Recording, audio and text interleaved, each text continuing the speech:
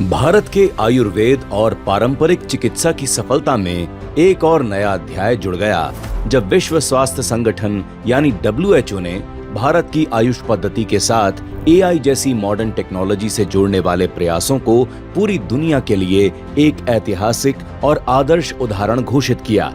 आइए देखें किस तरह भारत के आयुर्वेद ने गुमनामी से ग्लोबल पहचान तक का सफर तय किया है। हजारों साल पहले जब दुनिया बीमारियों के नाम भी नहीं जानती थी, तब भारत में आयुर्वेद था, योग था, जो पीढ़ियों तक लोगों का जीवन बचाता रहा। लेकिन समय के साथ भारत की अचूक चिकित्सा पद्धति धुंधली होती गई।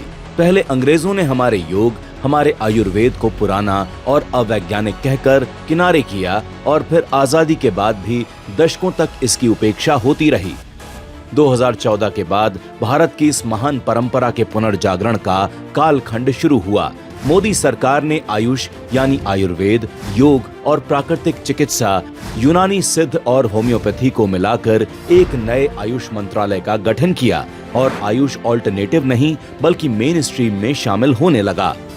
7,55,000 से अधिक पंजीकृत आयुष डॉक्टर्स, 886 UG और 251 PG कॉलेज, 3,844 अस्पताल और 36,848 औषधालयों के साथ देश में आयुष का एक व्यापक नेटवर्क तैयार हुआ। इसके साथ 2018 में आयुष ग्रिड नाम का डिजिटल प्लेटफॉर्म शुरू किया गया, जिसने प्राचीन आयुर्वेद को AI, machine learning, data telemedicine जैसी 21वीं सदी की तकनीक से जोड़ दिया।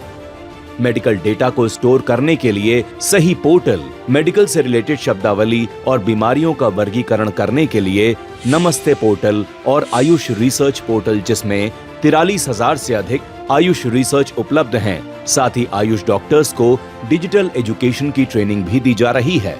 आयुष के लिए भारत के प्रयास अब केवल घरेलू नहीं बल्कि आयुष वैश्विक आंदोलन बन चुके हैं, जिसका प्रमाण है 100 से अधिक देशों को भा चुका भारत का पारंपरिक चिकित्सा मॉडल, 24 देशों और 48 संस्थाओं के साथ आयुष चिकित्सा के समझौते, 15 देशों में आयुष एकेडमिक सेंटर और आयुष के प्रति जागरूकता के लिए 35 देशों में आयुष इंफॉर्मेशन सेल।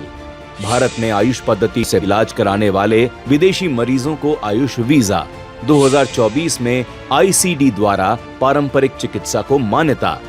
इनके साथ एक और बड़ी सफलता हासिल हुई जब जामनगर में WHO का ग्लोबल ट्रेडिशनल मेडिसिन सेंटर स्थापित हुआ और महाकुंभ में भी करीब 8 लाख तीर्थयात्रियों को आयुष का लाभ मिला। इन प्रयासों का परिणाम है कि भारत का आयुष बाजार $2.85 बिलियन से बढ़कर $43.4 बिलियन और निर्यात $1.09 बिलियन से बढ़कर $2.16 बिलियन हो चुका है।